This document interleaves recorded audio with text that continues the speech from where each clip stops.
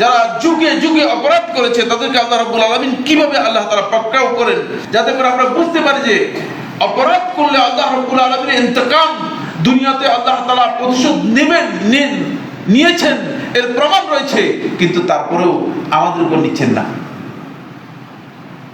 এটাকে আমরা সুযোগ হিসেবে গ্রহণ করতেছি। এটাকে আমরা অন্যায় করার জন্য, অপরাধ করার জন্য, জুলুম করার জন্য, অন্যের হক নষ্ট করার জন্য এটাকে আমরা সুযোগ হিসেবে গ্রহণ করে নিচ্ছি। খবরদার, এটা সুযোগ হিসেবে গ্রহণ করবেন না। এটা কি কি ক্ষতি করবে সামনে আলোচনার মধ্যে আসবে। এটা ভয়ঙ্কর রূপ ধারণ করে আপনার কাছে আসবে। আপনি হয়তো মনে করছেন এটা সুযোগ। এটা সুযোগ নয়, এটা আল্লাহর পক্ষ থেকে আপনাকে ছাড় দেওয়া হচ্ছে, আপনাকে টেনে দেওয়া হচ্ছে আপনার শাস্তির দিকে। আপনি শাস্তির মুখোমুখি হবেন, শাস্তির দিকে আপনাকে নিয়ে যাওয়া হচ্ছে। এটা আল্লাহর পক্ষ থেকে আপনাকে শুধুমাত্র এতটুকু ছাড় দেওয়া হচ্ছে। আল্লাহ সুবহানাহু ওয়া তাআলা কোরআনে কারীমে সূরা আনআমের 12 নম্বর আয়াতের মধ্যে আল্লাহ রাব্বুল আলামিন যখন বর্ণনা করেছেন, আল্লাহ সুবহানাহু ওয়া তাআলা জুলুম যে গুনাহ যে কিভাবে তাদের ধ্বংসের কারণ হয়ে থাকে সেটা বলছেন।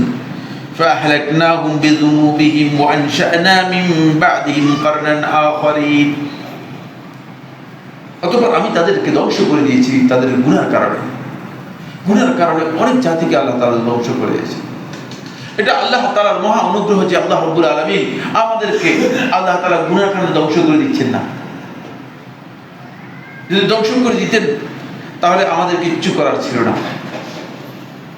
হয়তো আপনার বাঙালিরা একটু মিছিল করতে পারতেন, আর কি, কিন্তু কোনো লাভ হতো না। মিছিলে জাতি তো কোথায় কোথায় মিছিল, কোথায় কোথায় অবরোধ, এটা যেটা গোষ্ঠী তৈরি হয়েছে। পৃথিবীর অন্য কোথাও এত এত মিছিল নেই। কোথায় কোথায় অবরোধ, কোথায় কোথায় মিছিল। মিছিল করতে পারতেন আল্লাহর বিরুদ্ধে, কিন্তু কোনো লাভ হতো কিনা? কিচ্ছু লাভ হতো না।